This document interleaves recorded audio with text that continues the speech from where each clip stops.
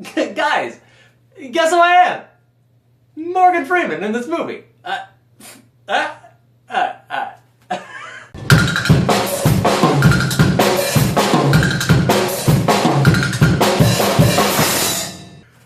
Ben-Hur is directed by Timur Bekmambetov.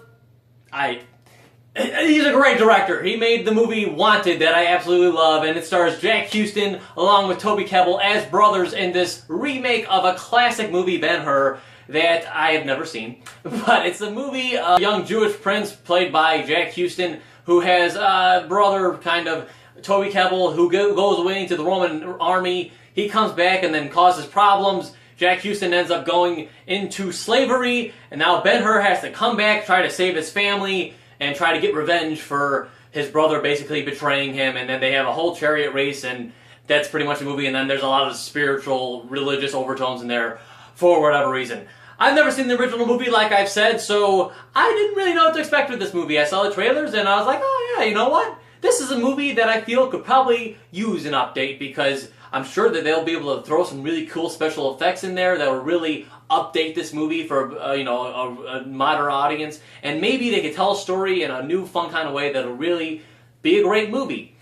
What I'll say is that the movie does really have some awesome action sequences in there. It really kind of blew me away with the chariot races and even some of the other scenes with like ships and stuff. It was some really cool special effects that they used in there, and a lot of practical things as well that really went well with the action. It really was fun to watch those scenes, and the story, when they got to it, was interesting and intriguing, and the whole thing with the betrayal and him coming back and the chariot race, it was all very exciting.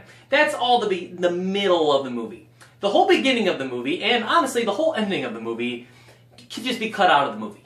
It's like so much of this movie is spent on setting up like these characters and all this stuff, and then all these religious, spiritual things that go into it that just don't need to be there. Maybe it was in the original, maybe like they're trying to tell a story how it was or whatever. It doesn't need to be in this movie. None of that had to be in the movie, and it kind of took me out of the movie because there's all this Jesus stuff that is just seems to just be thrown in there, and it was just distracting because it had no impact on the movie, and it really did nothing for the movie except for making you roll your eyes because, oh my god, here's another telling of Jesus thing, and it's like, why bother? It's like we've seen it all in The Passion.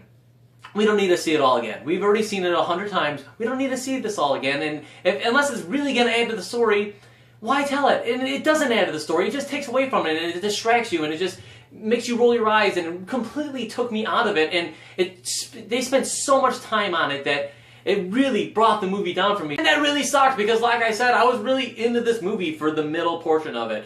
The beginning was really slow and really boring, and it took forever, and it set up, and I feel like they really could have condensed the whole first 30 minutes of the movie into a 5-minute scene, really cut down the running time of it overall so it doesn't feel so long, and then just tell a concise story. Some of it was really fun, and there was some good acting by Jack Houston and Toby Kebbell as these brothers, and I thought they worked well together, and there was some cool action with them, but the story that they were in was just so boring so much of the time.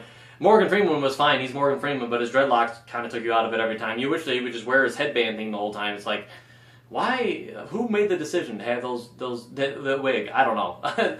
That's just a minor thing, but it's a movie that could have been really great, and I feel could have been really, really great if they would have just made the story concise and really focused and made it a little bit more epic. Instead of trying to make it epic, just have a good story that is epic, and then you'll feel more throughout the story because there's so many scenes that could have been really impactful and really could have been excited for it, but because it was so slow and bogged down by everything, it was not as exciting as it should have been, and it was just disappointing overall. I didn't hate this movie because, like I said, the whole middle section I really liked, honestly, but so much of it took me out of it. I'm going to go 2.5 out of 5 for Ben-Hur. Disappointing.